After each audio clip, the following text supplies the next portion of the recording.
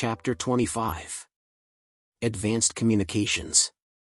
By Michael Wickett.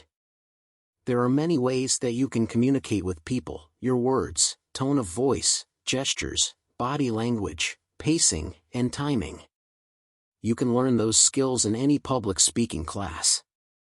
There's another skill that public speaking classes don't teach you, but Jose Silva's system does: subjective communication. You can learn to actually use your mind to detect what other people are thinking and feeling. Just imagine how much more effective your communication can be if you develop this skill. This advanced form of communication can be used in both your business and your personal life. It will benefit a salesperson or a business manager just as much as it will benefit a public speaker or a parent. I know, because I am all of those things. Before I tell you about one of the most profound experiences that I ever had with subjective communication, let me pass on to you a couple of the many stories that I've heard about some of the ways that you can call on your intuition for guidance. Subjective communication makes public speaking easy. Pepe Romero has been a fixture at Silva International since shortly after graduating from college in 1972. He recounts a couple of his experiences with subjective communication this way. Over the years I saw letters Silva graduates would write thanking Jose Silva for creating the Silva system and telling him how it had changed their lives for the better. Many of them said it had actually saved their lives. This made me feel very good about working there. When I casually mentioned to Ed Byrne Jr. that I wanted to take a more active role in the business, he encouraged me to consider becoming an instructor. I hadn't done much public speaking, and wasn't too sure that I was suited for it. Ed was developing a program to teach the Silva techniques to salespeople, and I had a part-time sales job at the time. Ed assured me that he wouldn't ask me to do anything I wasn't ready to do. So we went out together and convinced more than 24 people to attend the class. Ed taught the Silva techniques and asked me to say a few things about selling from time to time. Ed especially liked one story that I had told him, about a married couple I was selling to. He asked me to tell it to the class. As Ed listened from the audience, he realized that he'd made a small mistake. The point that he wanted to make to the students was that it was important to learn how to ask the right questions. In my story, the husband and wife were both telling me what they wanted in the product without my having to ask any questions. Ed thought to himself, I wish I had suggested to Pepe that he say, "It is great when your clients give you all the information that you need, but when they don't, it is important to know how to ask the right questions." The strange thing was that as soon as Ed thought it, I said it aloud. I recall wondering at the time why I had inserted that into the middle of my story. We were tape recording the class, so we could evaluate it later. When Ed got to that part of the tape, he came to my office and played it for me. It was so strange. I was telling my story in a soft voice, with little emotion. Suddenly my voice changed. It became alert and firm, and I said, "It's great when your clients give you all the information that you need, but when they don't, it is important to know how to ask the right questions." We still have that tape. It was amazing confirmation of how quickly I detected his thought about what needed to be said to the class. When I was ready to teach my first class on my own, without Jose Silva there, that incident inspired me and gave me confidence that what Mr. Silva had told me was true. He told me, just open your mind and all the information you need will be there for you when you need it. Throughout that first class, information came to me so often that I even impressed myself. It's important that we be aware of the subjective communication between you and your audience. Ed Byrne Jr. said that in the first few Silva classes he taught, he wasn't aware of how open his mind was and how much information he was receiving from the audience. But invariably, as he taught many of the self-programming techniques of the Silva system, people responded to them. By the end of the class, as he saw the excitement on people's faces as they realized that they had been functioning as psychics, he was ready to start teaching another class immediately.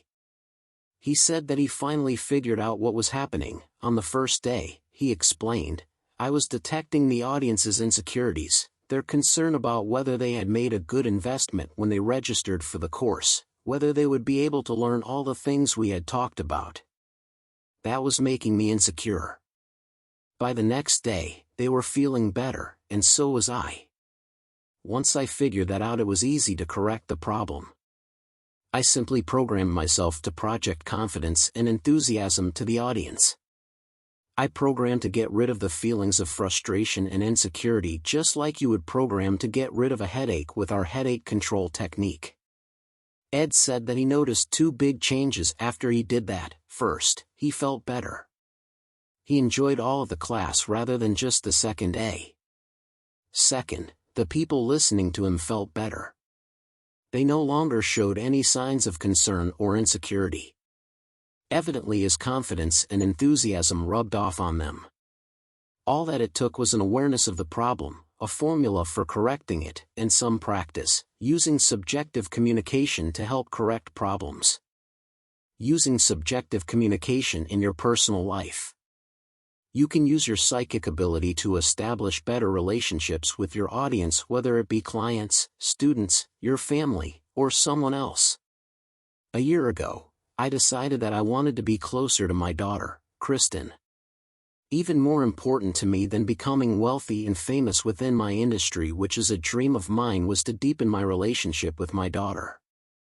I had flipped through some books on ways to be a better father, because I love learning. Now I decided to access my intuition to decide what to do. I went to a deep meditative level and asked what I could do to get close to my daughter. At level, my intuition told me to ask Kristen. Not real profound, but I hadn't thought of it at beta. That afternoon we were riding in the car and I asked, "Honey, what could I do to be a better father to you?" Without hesitation she said, "Dad, you could take me on some of your trips." It just so happened that I had a speaking engagement for a major pharmaceutical company at a resort that was one of Kristen's favorite places. I told her about it, and asked her if she understood that if I took her that she couldn't come and interrupt me while I was in meetings, unless it was an emergency. "Dad," she answered, "once you start the meeting I won't even bother you. As a matter of fact, Dad, just give me the charge card and I'll go shopping." I let Kristen bring a friend with her, and before we all went to sleep the night before my speech, I reminded them that I'd be up very early to set up for the speech and that once the speech began at 8:30, they couldn't interrupt me unless there was an emergency. When I got up in the morning, it was pitch dark. When I came out of the bathroom after showering and getting dressed, Kristen was standing there in the dark, dressed and holding my briefcase. She said, "Dad, I want to go with you and help you set up." I was so stunned. She went up to the room with me, helped me set out my handouts, and asked me what they were for. The client came in, the vice president of the company whose employees I'd be speaking to, and I introduced him to her. Then she said, "Dad, I'll go now. I'll come back in 3 hours, and we won't interrupt you." After she walked out, the client turned to me and said, "That child got up this early to come and help you. That's really wonderful. You must be doing something right." That was one of the most magical moments of my life. There were a couple of benefits that resulted from the experience that I had not expected. One was the reaction of the vice president. You might expect him to be concerned that I had brought 2 young girls with me who might come in and take me away from the meeting with his staff. And it was an important meeting. 2 large pharmaceutical companies had merged. This is always a difficult time, as people struggle to adjust to new responsibilities, new coworkers, and a whole lot of uncertainty. My speech was about working together for the good of the company, accepting new roles, and finding ways to cooperate and make the transition period as smooth as possible. The pharmaceutical executive realized that if I could forge such a good relationship with my adolescent daughter, I was just the kind of person he needed to help his employees build better relationships with each other.